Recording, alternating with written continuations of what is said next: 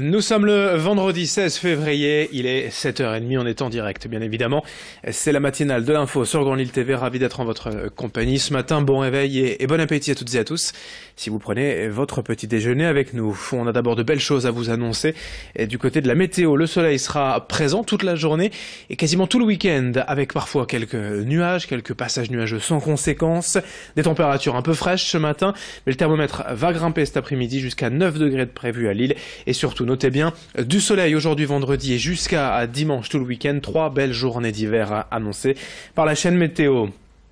À la une d'abord en ce vendredi, une actualité depuis plusieurs mois en France et dans la région, le harcèlement et les violences faites aux femmes, notamment au sein des couples. Aujourd'hui encore en France, une femme meurt tous les 3 jours des coups reçus de son conjoint. Une séance de sensibilisation avait donc lieu hier à l'hôpital de Roubaix à destination des professionnels de santé et des agents des services municipaux. L'objectif étant d'expliquer comment aborder ces victimes et comment les accompagner en cas de violence. Pour savoir reconnaître aussi un cas suspicieux, selon les chiffres, seuls 20% des femmes battues osent en parler à un professionnel de santé, d'où l'intérêt de pouvoir identifier les premiers signes de violence et les notifier. Explication au micro de Céline Huret. Le grand changement, c'est qu'on pose plus facilement la question. Donc on peut l'aborder extrêmement facilement et même du coup sans que les patientes nous en parlent. Donc en consultation ou quand il y a quelque chose qui nous interpelle face au dossier de la patiente, on va être beaucoup plus amène à poser cette question-là.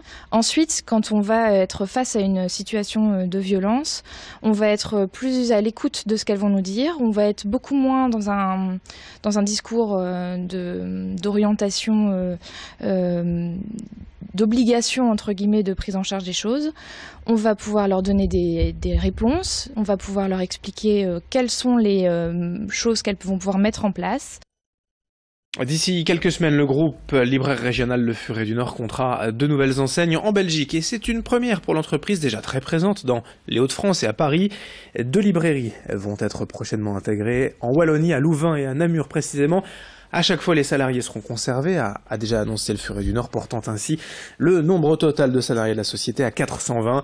Mais le groupe ne compte pas s'arrêter là, il y a encore d'autres projets, peut-être de nouvelles enseignes encore dans les mois à venir. Muriel Bonnet-Laborderie, directrice de la communication du Furet, a accepté de nous répondre quant à cette expansion en Belgique. Elle est au micro pour Grand Lille TV de Brieux-Gorchy. Pour Louvain-la-Neuve, ils sont 16 personnes. Nous gardons toutes les équipes.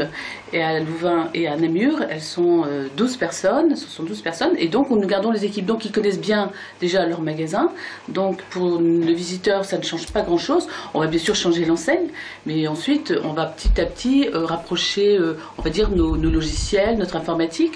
Et dans quelques mois, tout sera prêt pour nos clients au niveau de la carte de fidélité, la carte cadeau, enfin tous les services qu'on peut retrouver au Furet du Nord en France, on les retrouvera en Belgique, mais il faudra un peu quelques mois quand même pour mettre tout ça en place. Mais d'ici là, il n'y a pas de changement puisque les 2 magasins restent ouverts. En bref, le célèbre Monopoly va sortir une nouvelle version de son jeu avec 28 sites remarquables de France. Lille en fait partie, mais avec 60 millions, la case lilloise ne vaut pas bien cher. Pour vous faire une idée, la plus onéreuse, c'est la Tour Eiffel avec 400 millions. À Mont-Saint-Barreul, dans la métropole lilloise, Heineken compte investir 8 millions d'euros sur son site de production. Le site devrait ainsi embaucher 50 personnes cette année. L'entreprise compte développer ses capacités de production. Enfin, notez qu'un Lambert Sartois, Olivier, qui avait participé déjà à Koh-Lanta en 2011, sera de retour prochainement sur TF1 pour la prochaine édition Koh-Lanta, le combat des héros. Le tournage a déjà eu lieu en octobre dernier, mais on ne connaît pas encore la date de diffusion. Dans ce journal également, et évoquons l'ouverture il y a quelques semaines à Villeneuve d'Ascq de la Campusserie, une épicerie solidaire ouverte à tous les étudiants au sein de la bibliothèque de l'Université des sciences humaines et sociales. Le principe est simple, les bénéficiaires ne payent que 20% du prix d'achat des produits alimentaires ou d'hygiène. C'est un lieu financé en partie par l'université, l'AMEL, l'État et quelques entreprises. Pour l'heure, une vingtaine d'étudiants sont inscrits. 51% en fait des étudiants en France déclarent prendre des repas réduits par souci d'économie. Et Lille étant la 3e ville de province la plus chère après Lyon et Marseille, cette épicerie solidaire a tout son intérêt pour être aussi un lieu de vie, d'échange et de partage. Explication au micro d'Edil Gunaï. Notre objectif, ce serait de pouvoir aider bien entendu le maximum d'étudiants et on voudrait aller bien au-delà de 50. On sait que les besoins sont bien plus importants. Notre capacité, notre fil d'activité pour l'épicerie est de 50 personnes. On touchera plus d'étudiants parce que c'est 50 personnes pour une durée restreinte. L'épicerie solidaire, c'est un accès avec un montant de panier déterminé et une durée déterminée. Donc un étudiant peut, en fonction du projet qu'il a à financer, n'avoir besoin d'accéder à l'épicerie que 1 mois, 2 mois, 3 mois et laisser la place à un autre après. 7h35 dans le reste de cette édition, on va également évoquer l'interview à venir de Danny Boone et surtout de la ville de Tournai. Vous le savez, l'acteur humoriste français a été fait citoyen d'honneur de la ville belge puisqu'il a fait ses études en partie à Tournai. Pour vous faire un petit teaser de cette interview qui sera retrouvée tout à l'heure à 8h15. Un extrait tout de suite avec l'un des profs de Danny Boone à Tournai qui se souvient de cet illustre élève. On avait été à un spectacle et puis après on est parti le voir dans les loges et il y avait différentes personnes et j'avais toujours une façon de faire ça, de me gratter un petit peu la gorge.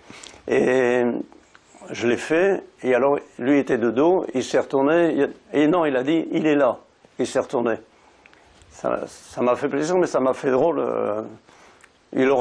C'était la première fois qu'on le voyait, alors qu'il commençait à être connu, parce qu'il aurait pu très bien dire oh merde encore, il se ramène encore. Et alors l'autre fois où là, ça m'avait ça m'avait ému quand on a été à Paris, à l'Olympia, de voir son nom en grand, en lettres rouges. Là, j'ai vraiment pris conscience que c'était quelqu'un. Et je me disais, je l'ai eu comme élève, j'y croyais pas là.